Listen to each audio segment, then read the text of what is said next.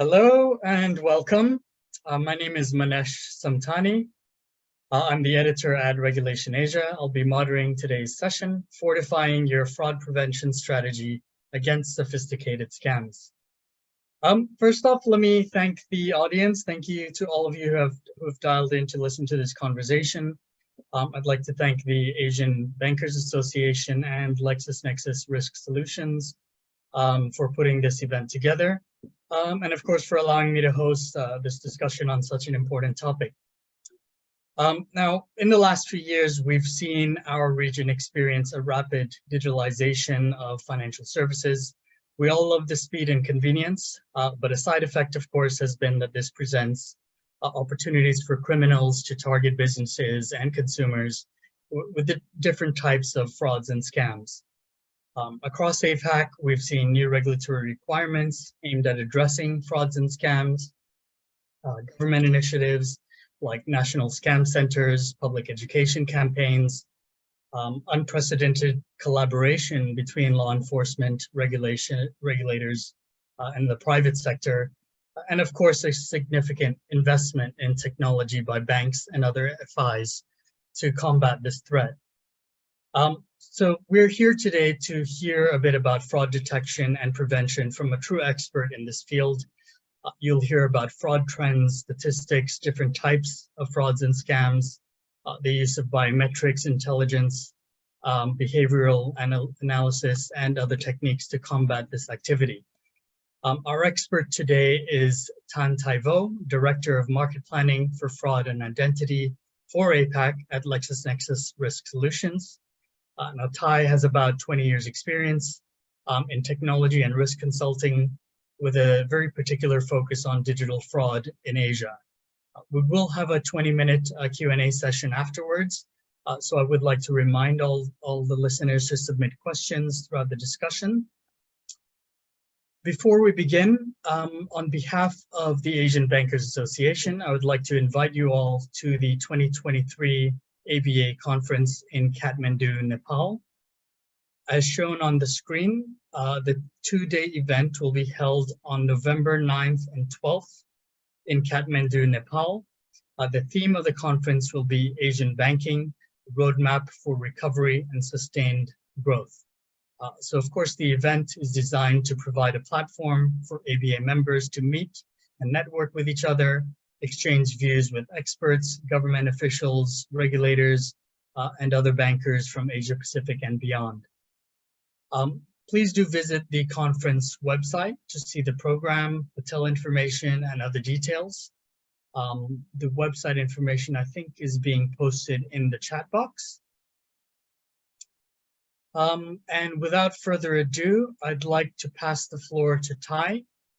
So let me do a quick introduction about myself before we get into the presentation.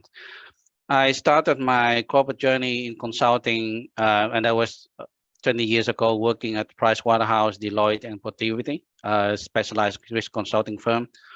About 10 years ago, I made the switch to technology, initially working with GRC solutions, governance, risk, and compliance, and then later moving to fraud and identity solutions. Okay, once again, welcome to this webinar with a focus on scam, as Manesh just mentioned, and we will also briefly look at how the path of fraud and financial crime compliance are converging. In this digital age where technology connects us, there is an unfortunate dark side, which is cybercrime. Online fraud and scams have evolved into a lucrative business for cyber criminals. They employ various methods such as phishing, fake website, data breaches, and social engineering to trick unsuspecting victims into sharing their sensitive information and coercing victims into transferring funds from their own account to scammers. So this scam often exploit human vulnerability, relying on trust and urgency to manipulate targets. This session covers four broad areas, although they are very much interconnected. In the first section, we take a high-level snapshot of the current fraud landscape to provide a bit more context to this topic of the webinar. I will then revisit some of the common scam scenario, and this flows into the discussions of challenges in scam detection using conventional techniques, and how behavioral analysis is able to address these gaps with a multi-layered fraud prevention strategy. And towards the end of the session, we briefly look at the convergence of fraud and financial crime and how regulators are responding to this trend.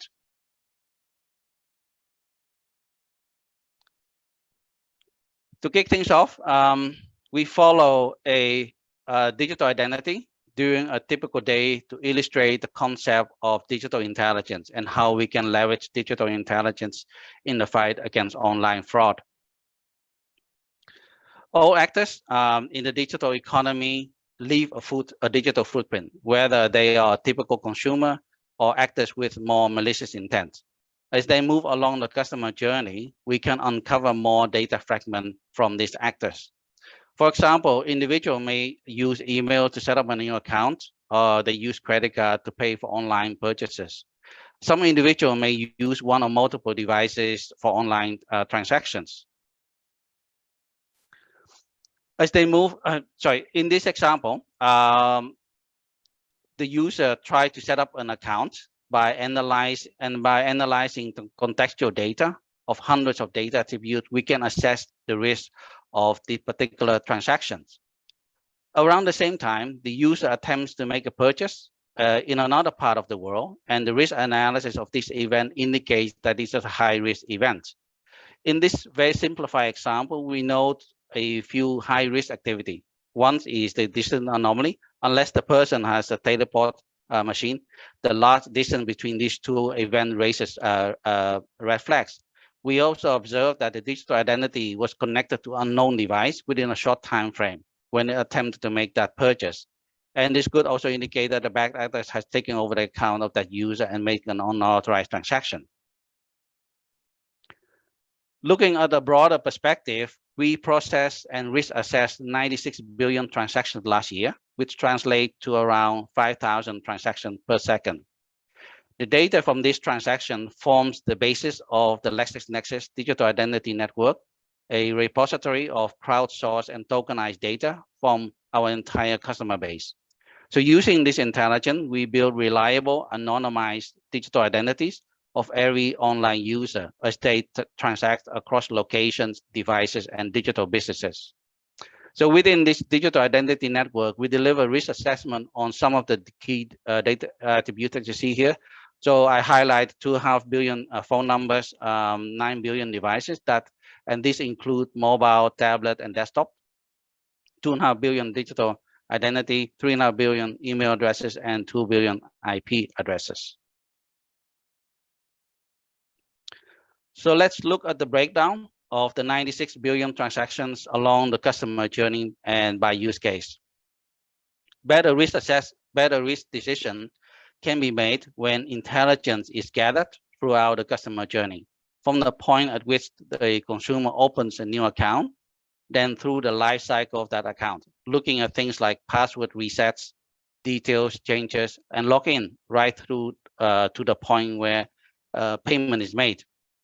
The core use cases are shown here by the larger boxes: new account creation, payment, and logs in, where we see the higher transaction volume of 54 billion transactions.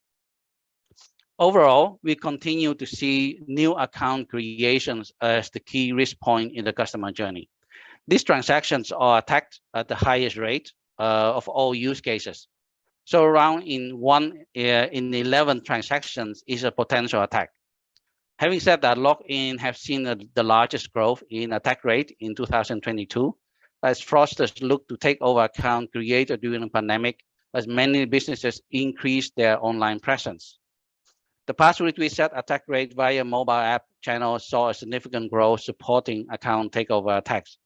And we also saw significant growth in bot attacks across all types of digital payment. We have seen a rise in scams across Asia Pacific, as Manesh mentioned, and this development is reflected in the increase of reported numbers and losses. Authorities are now taking firm steps to address this issue with new and or updated fraud regulation and with establishment of scam alert centers. The upward fraud trend can also be observed in the LexisNexis Digital Identity Network, We recently published the latest cybercrime report, and it covers a wide range of topics and fraud trends at the global and regional levels. So this slide showed what we call our identity abuse index, which shows the percentage of attacks per day across our entire global network. We have plotted a full 2 years of data for 2021 and 2022. You can see a clear increase in attack during the first 18 months, coinciding with economies around the world reopening and restrictions being lifted. During the last 6 months of 2022, the identity abuse index stabilized at this high level. Sometimes we see large spikes in attack rates when a specific organization are targeted or specific data breaches are being reused by various fraudsters around the globe. And some of them are highlighted here.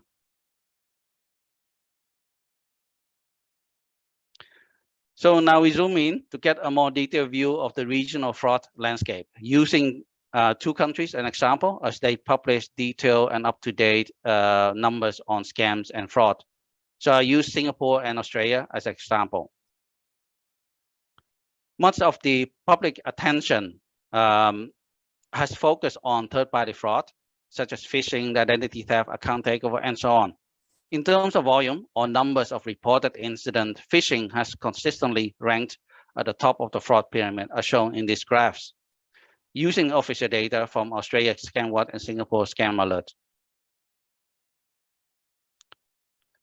However, when we shift the focus to the financial implication, investment scams have resulted in significantly higher financial losses for the victims. Investment scam is a form of authorized boost payment and is much harder to detect with conventional fraud detection techniques. Please keep in mind that these are reported incidents and losses. The actual amount could therefore be higher than these reported numbers.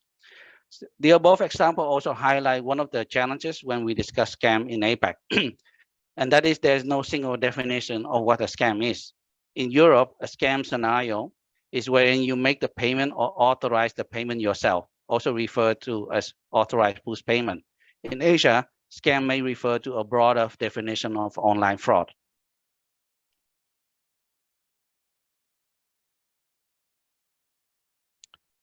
In the next few minutes, I will revisit some of the common fraud scenarios. The most basic scenario is known as third-party fraud. The victim is unaware of unauthorized account access, so bad actors use different techniques to gain access to the victim accounts, such as phishing, data breaches, or stolen credentials. Once the bad actors have taken over the account, they move the funds out of the account. This is the most common type of fraud in terms of reported incidents.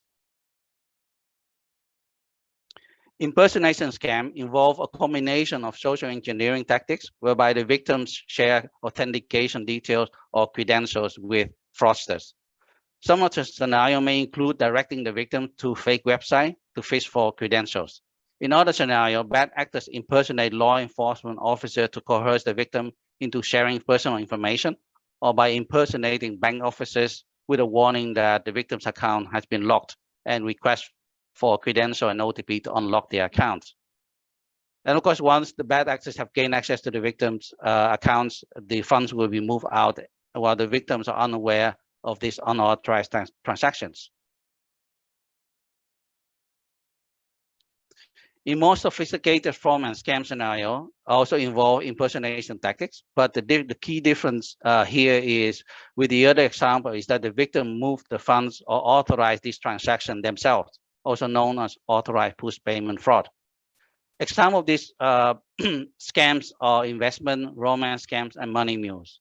So in this example, I will use investment scam as the base scenario. So in this case, the scammer poses as an investment broker and offers the victim investment opportunities. However, it is the victim that logs into the account and transfer the funds to the scammer. The risk signals of an APP fraud scenario are very different from the signals of a typical third-party fraud scenario that we see earlier. And I will return to this topic in the next section. And in terms of financial impact, APP fraud is the top fraud scenario in some of the market that we have seen.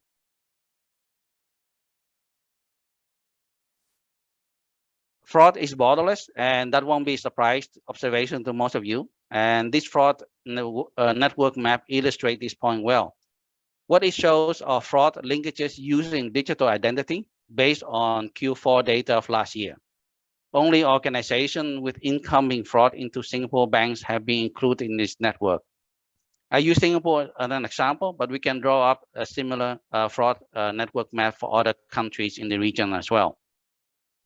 Each arrow illustrates digital identity associated with confirmed fraud attempts at one organization, and then crossing over to another organization in our digital identity network. A thicker arrow denotes a higher volume of fraudulent digital identity. So for illustration, we follow a case of identity fraud using stolen email address. So in this case, one particular stolen email address was used in 35 attempted new account creation across 9 financial institutions. And this activity involved 18 devices, and all this activity play out over a 3 months period. So this example also illustrates the multiplier effect. In this case, one stolen email address was used 35 times to create new fraudulent accounts.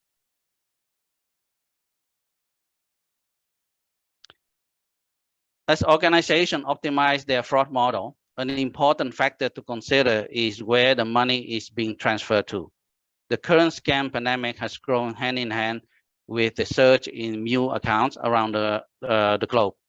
While mules are often considered a more financial crime problem, supporting money laundering and terrorism financing, for example, mules also play a significant role in scams and network fraud schemes. Often recruited through social engineering tactics such as deceptive job advertisement on social media platforms. The victims may unknowingly participate in illegal activities. This mule problem has multiplied in recent years thanks to the expansion of digital, social media, and commercial channels. And so in this example, from our digital identity network, within a matter of minutes, money from an account at Bank A was split up and sent to different beneficiary account at Bank C before accumulating again in a single account at Bank C. It is difficult to track money flows across banks and accounts, and these linkages are identified through the payment being initiated by a single digital identity in this example. So an optimized mule detection model, whether used in fraud prevention or broader financial crime monitoring, must leverage digital identity intelligence in order to create a multidimensional analysis of the network. As social engineering scams have increased in complexity, we see that businesses have shifted the focus from typical device intelligence to behavioral analysis. So behavioral biometric intelligence offers a further layer of protection and authentication through the ability to recognize behavioral anomalies to deliver more effective fraud defenses. And we will look at some of these scenarios in more detail in the next section. So far, we have looked at different types of fraud. So you may ask how we actually measure the impact of it. It can be difficult to quantify the true cost of fraud because fraud has wider implications than some businesses may realize. Besides the financial loss to the business, other costs may be overlooked or not sufficiently quantified to provide a complete picture of the true cost of fraud. So we illustrate the concept of LexisNexis fraud multiplier in this simplified example. So adding up the direct and indirect costs will provide a more complete picture of the true cost of fraud. The result from our study indicate that for every monetary unit of the direct loss, the fraud multiplier is close to 4 times that loss. Financial services industry has the highest multiplier, and it is somewhat expected. Financial services industry is one of the most heavily regulated sector, so the regulatory costs are the key contributing factor. E-commerce and retail sectors have lower multipliers than the APAC average.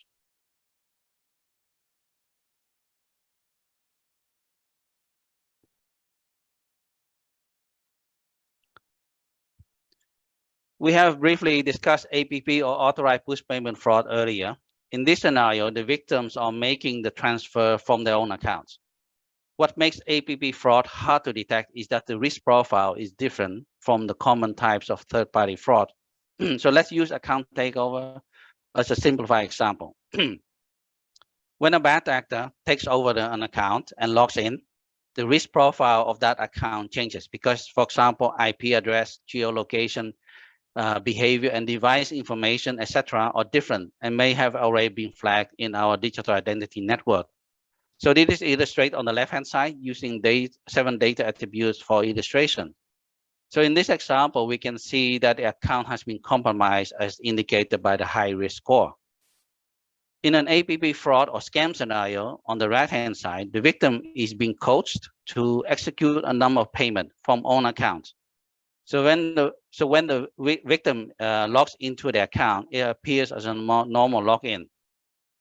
But when we analyze additional signal, the risk profile changes, and that becomes more apparent that the account owner is the victim of a scam. Combating online fraud is not simply deploying technology and the problem will go away. A more effective fraud prevention strategy requires a layered approach that combines different elements. Of course, there is no one-size-fits-all approach, so I will walk through some of the key elements. So digital intelligence, this is a key element that we have discussed in the first section, so I will move on to the next one. Transaction monitoring.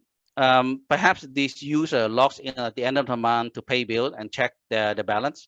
So the behavioral patterns and the average amount are known to the bank. If suddenly the user sends unusually large amount to unknown locations, unknown recipient, these are indicators of behavioral anomalies. Also, behavioral insights. In addition to profiling the user or the sender, we extend the capability to look at the risk profile of the recipient or the beneficiary.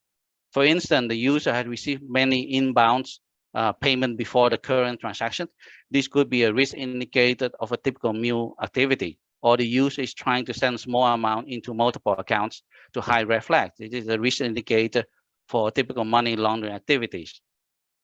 The fourth factors is environmental factors. Does the user perform the activity from known locations, IP addresses, based on the historical profile? One of our clients, and it is a fun fact, uses altitude indicator on the mobile device to pinpoint attacks from scam centers located in mountainous border areas. So we presume that scammers want to stay away from urban areas in remote locations or closer to the border, so they can quickly cross the border in the event that they have to flee. And the fifth element is behavior analysis.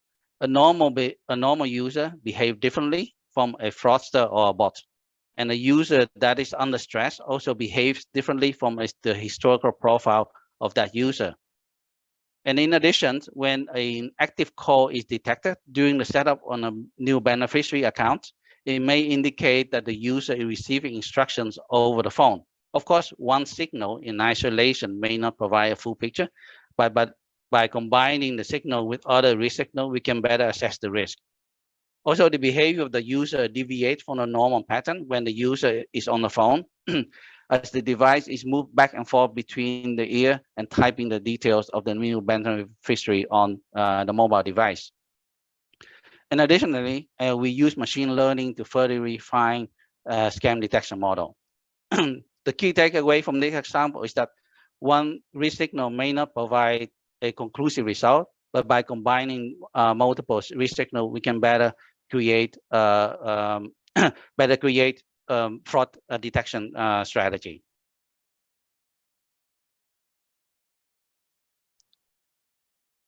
So I will go into a bit more detail in how we actually detect scams.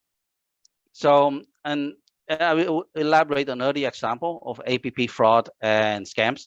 So we follow the user in a typical login and payment scenario using the conventional fraud detection techniques. So in this case, we observe that the user has been logging in the same device, although the frequency of login has increased. We don't observe anomalies in the location or environment factor using while the user or the individual is using the device. The first anomalies are detected when the user is trying to set up multiple new beneficiary accounts within a short time frame, and the average payment amounts appear to be higher than historical pattern. Another risk factor indicates an elevated risk level, but the results are inconclusive. So using conventional fraud detection techniques that mainly relies on device intelligence, the risk assessment may not produce accurate results. When we apply a layer approach, we can observe red flags more clearly. So in this case, we use the same example, but we analyze additional signals. So one of the additional signals, as we mentioned earlier, may include active call detections. So even though the user is using the same device, we detect an active call during the setup of the new beneficiary account. This may, as I mentioned before, also indicate that the user is being coached over the phone. Analyzing behavior, we produce a more obvious risk signal that the user is being scammed. When the victim is being scammed, the behavior deviates from the historical pattern. For instance, the victim is being coached over the phone and the back and forth handling of the device between holding the phone next to the ear and typing actions resulting in behavior anomalies. Or if the user is using speakerphone, the gyroscope signal do not change during the entire activity. And analyzing the risk profile of the beneficiary account is another key signal in detecting fraud. In addition to focusing on the user or sender, we analyze the beneficiary account and the recipient and close the risk loop with a two-party payment model approach. So in this example, we noticed that the beneficiary was already marked as fraud in our digital identity network. And we combine all these additional signals into a scam model in a multi-layer approach where we can actually detect scam more accurately.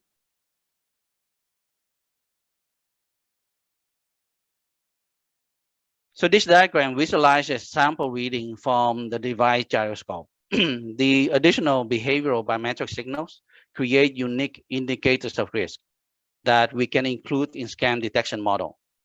When the user is executing a normal payment, so with an example on the left-hand side, LexisNexis Behavior Set builds up the user profile for various touch points in the customer journey. So during a scam, we observe that the handling of the device is erratic and deviates from the historical patterns.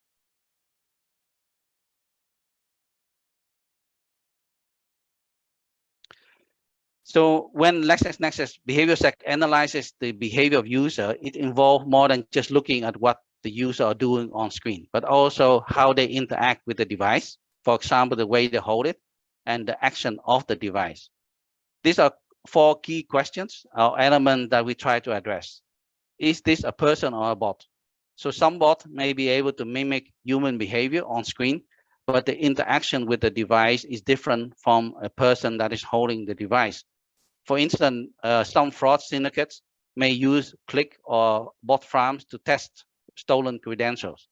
These mobile devices are placed on racks, so the gyroscope reading will remain unchanged during the entire activity, which is a giveaway that is highly likely that a bot is operating the device.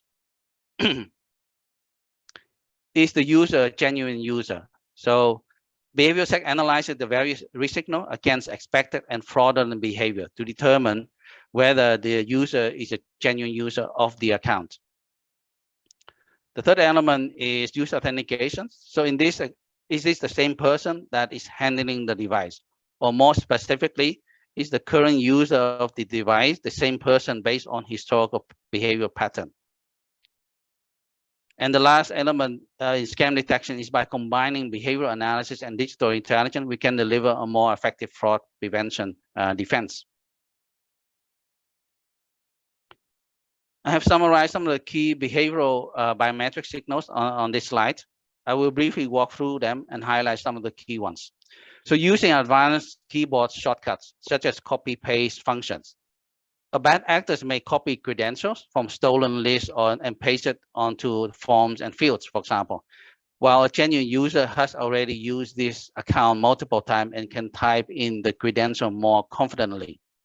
Or the user uses autocomplete if it's a recurrent user, while a bad actor does not have these functions, as it is the first time they try out the stolen credential. Also, bad actors are calling off base more often to copy credential from a document or messaging app, for example. And on the mobile side, we have discussed some of the signals in the previous sections. Even if the same device is held by a different user, the behavioral anomalies can be detected. For example, the size of the hands are different, And this affects the hit zone, pressure, the swipe action, and the tap action on screen.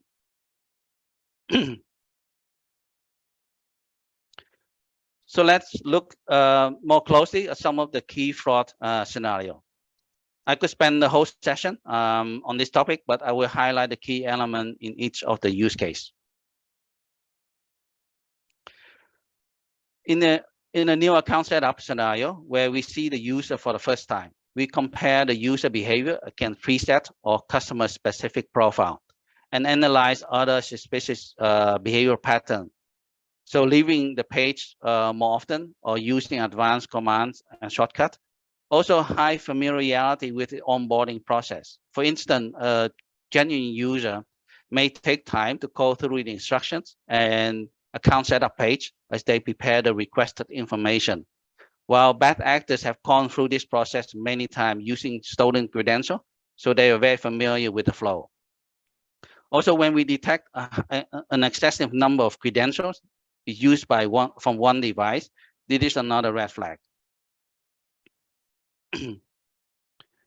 In account takeover scenario, we can detect that, for example, a remote access port is operational, indicating a potential threat. For example, in the case of a help desk scam, new devices and digital identity are also connected to this account is another red flag.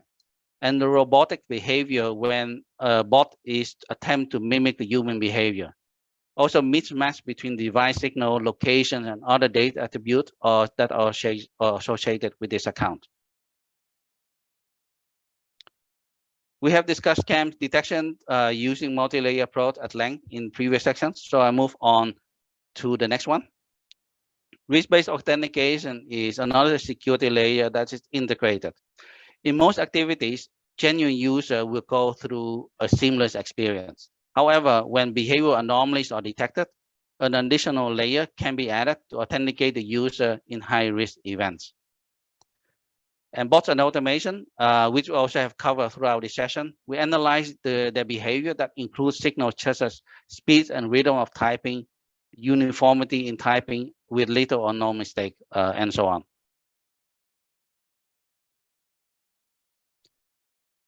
So this is a recap of the discussion so far.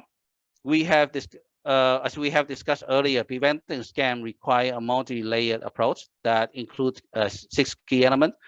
And I have organized this element into more logical steps. And the first step incorporates the classical or fundamental fraud prevention techniques, such as digital intelligence, device intelligence, and transaction monitoring. In the second step, we include more advanced signals, such as active call detection, remote access tool detection, and environmental risk assessment. Behavioral analysis is the third step, and beneficiary insight will be the fourth step. And all these risk signals will become part of the scam detection model. In some cases, a bank may go a step further and form a consortium to share additional fraud lists among the member banks.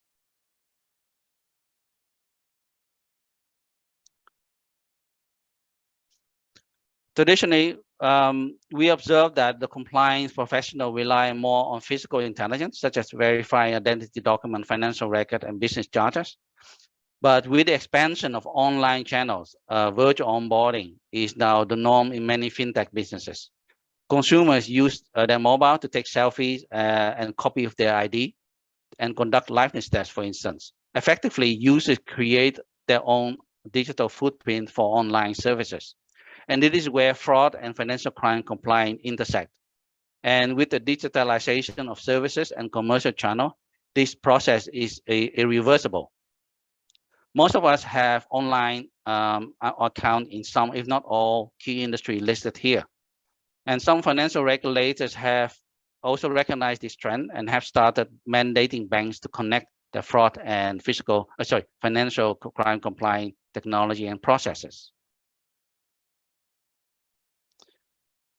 I will not go through the details of the regulatory paper, as that is perhaps a topic for a different webinar, but I will highlight 2 key initiatives whereby local regulators are detailing specific requirements to link fraud and financial crime compliance.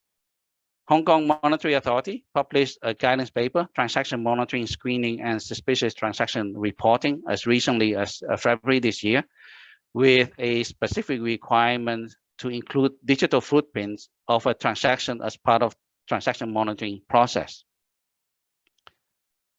The Philippines have gone one step further. In the recent Circular 1140, the Central Bank of Philippines emphasized the importance of this convergence and require banks to link or integrate their fraud and AML system into comprehensive financial crime prevention system.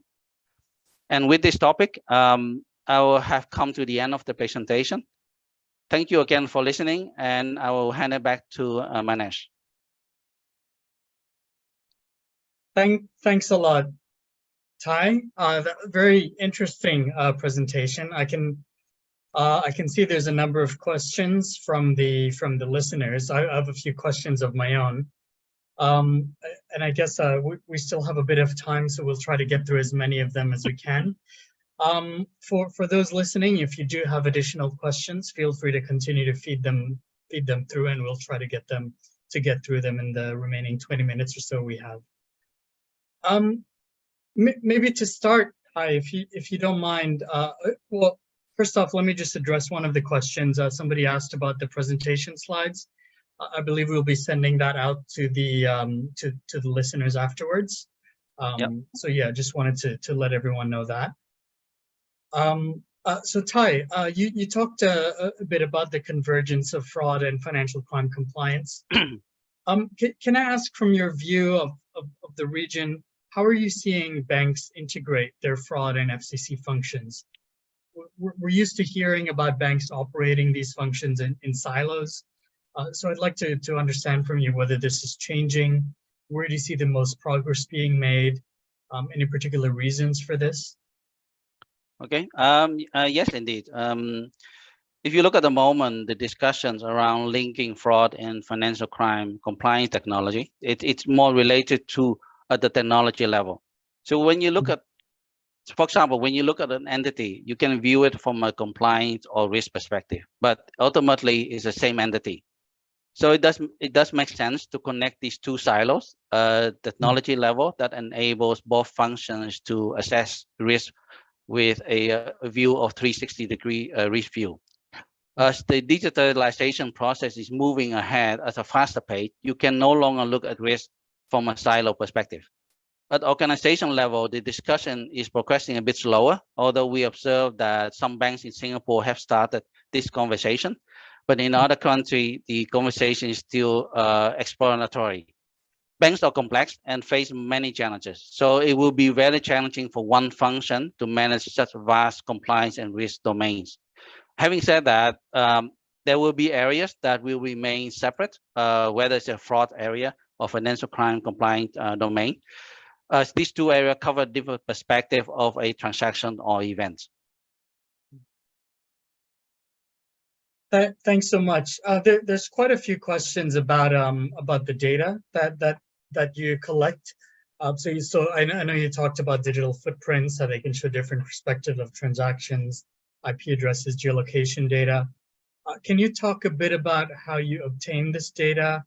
One of the questions was about how do we obtain information from a customer's device? Yeah, go ahead.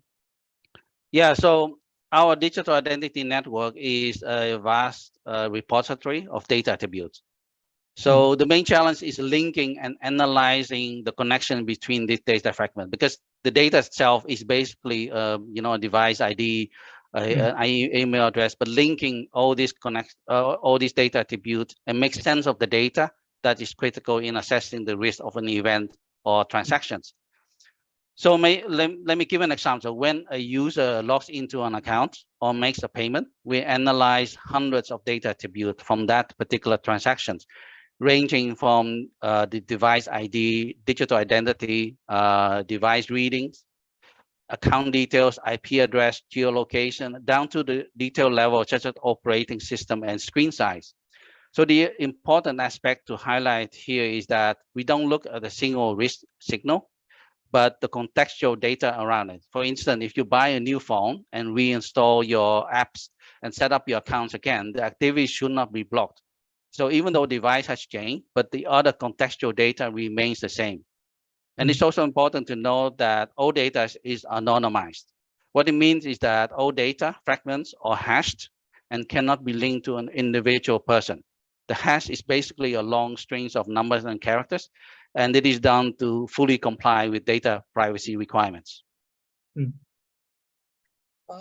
So there's a couple questions, and I think we've talked about this before, Tai, but in terms of the behavioral elements of, so the question is about, so if one person uses another person's phone, are you able to sort of detect that there are two different people based on what the examples here are: size of the hand, how the person holds the phone, how they swipe? Another question is asking, can the software distinguish the age of a person based on typing speed, pressure used to tap? Do you want to explain a bit about how that process works and how you're able to detect those differences between users? Yeah, so when let's assume, okay, so let's explore two scenarios when the same device is passed on to another user. Of course, there will be clear changes in terms of the first thing, whether you're left or right-handed. The way you're operating the device is different. Even if you're right-handed and both are right-handed, the way you hold the device, the way you swipe, the way you type will actually build up a different profile of that user. So the other way, the second question that you mentioned about age, no, because what we do, we don't actually attribute a profile to a user, but to a digital identity. So what we do is that we build a profile, historical profile over time of that particular user.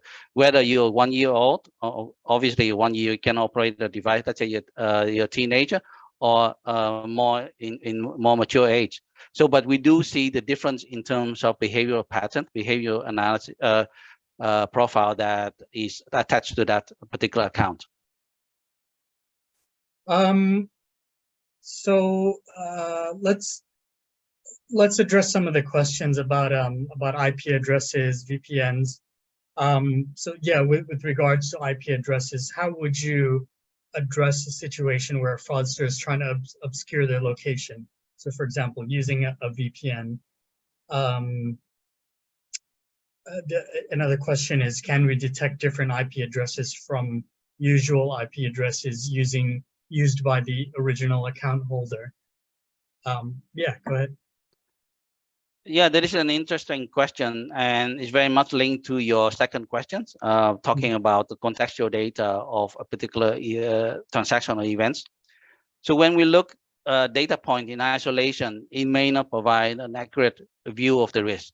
So when a bad actor is using, let's say, location masking techniques, the contextual data around a particular data attribute can provide a better view. For instance, other data attributes we include in the risk analysis may include like digital identity, email, phone numbers, device, beneficiary deal, block list, etc. So all this contextual data will provide, in addition to what we can actually collect in terms of IP and locations. If they're being masked or different locations, we can still look at the contextual data. So the approach is to analyze the risk from multiple signals instead of just a few. Okay. I was going to ask about sort of how to integrate the sort of data you collect into sort of a bank's workflow, but I noticed there's quite a few questions about LexisNexis and the solution, the platform that you use to for fraud detection and prevention. One question asking, is the system from LexisNexis 100% functioning that will do the prevention action, or whether you need a human staff member to read a report from the system and sort of take a manual action? Okay. Another question is asking about, and maybe this expands on it a bit further, but how AI, maybe we'll ask about that after. Yeah, go ahead. Can you talk a bit about LexisNexis, the fraud detection solution? Yeah, so ThreatMetrix is a cloud-based or solutions. So when I say cloud, it's actually when we actually work with our clients, it's either on, of course, on the desktop or on your mobile app, we have different way of integration.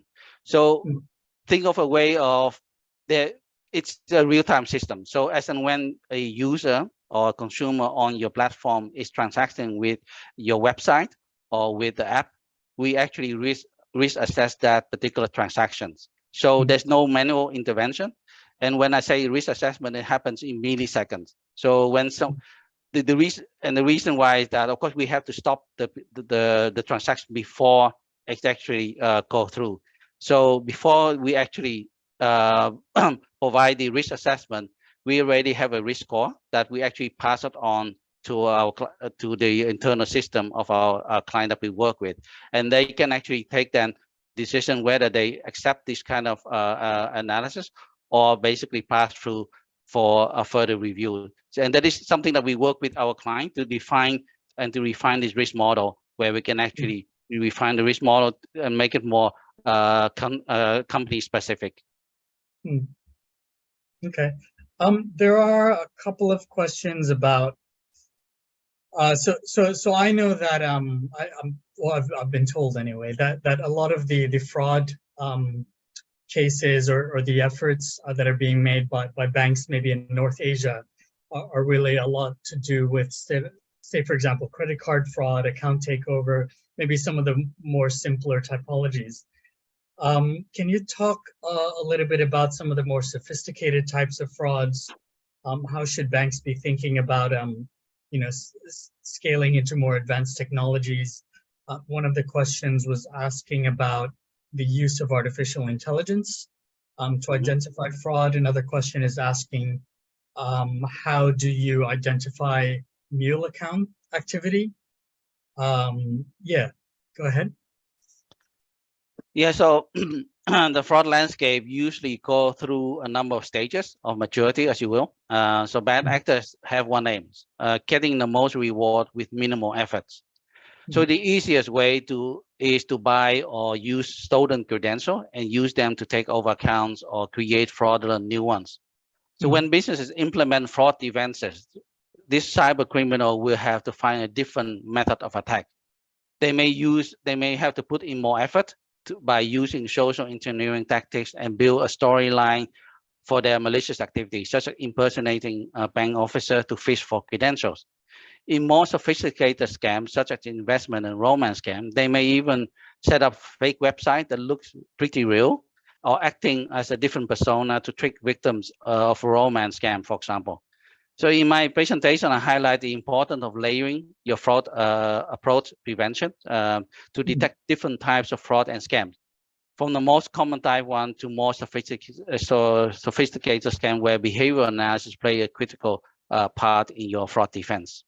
One of the one of the interesting questions, I assume you get this a lot, but do you share behavioral data across the LexisNexis community, or is the data client specific?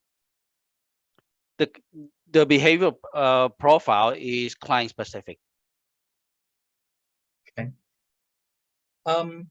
I had a question. So we've heard a lot of the discussion about moving to sort of a mandated liability sharing model. I suppose a lot of this discussion is driven out of the UK and EU.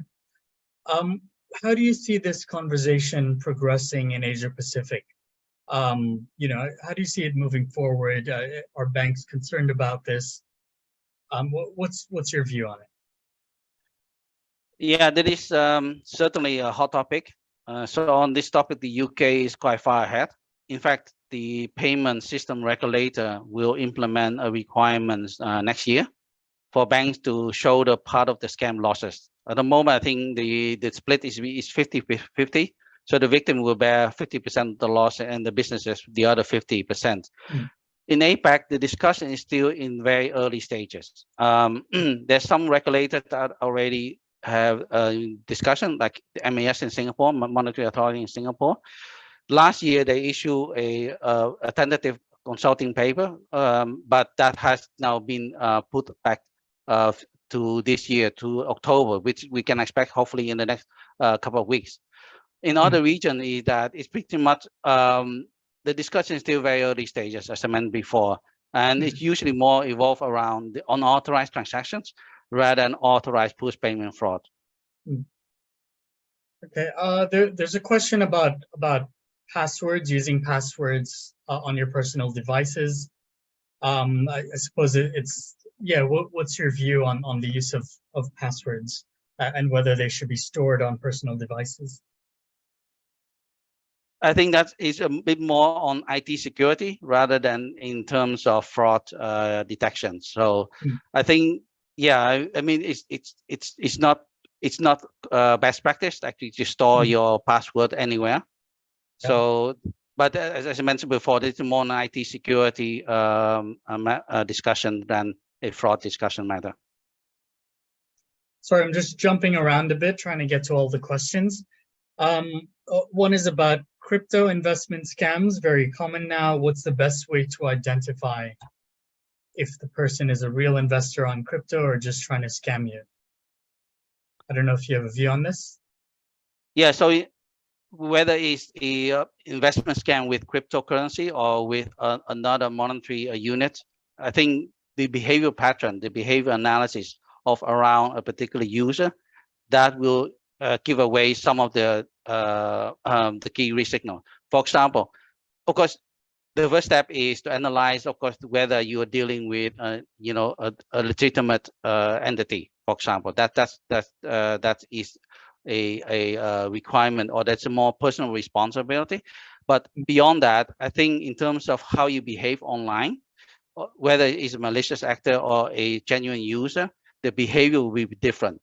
So if you look at the typical risk signals from a typical genuine user or let's say a cyber criminal, it's very different in terms of how they behave around the device. As I mentioned before, if you have already logged into your device multiple times, you're very familiar, right? So you may use your autocomplete or you type in your credential quite confidently.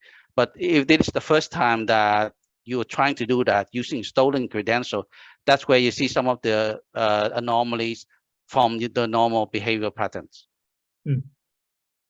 Okay.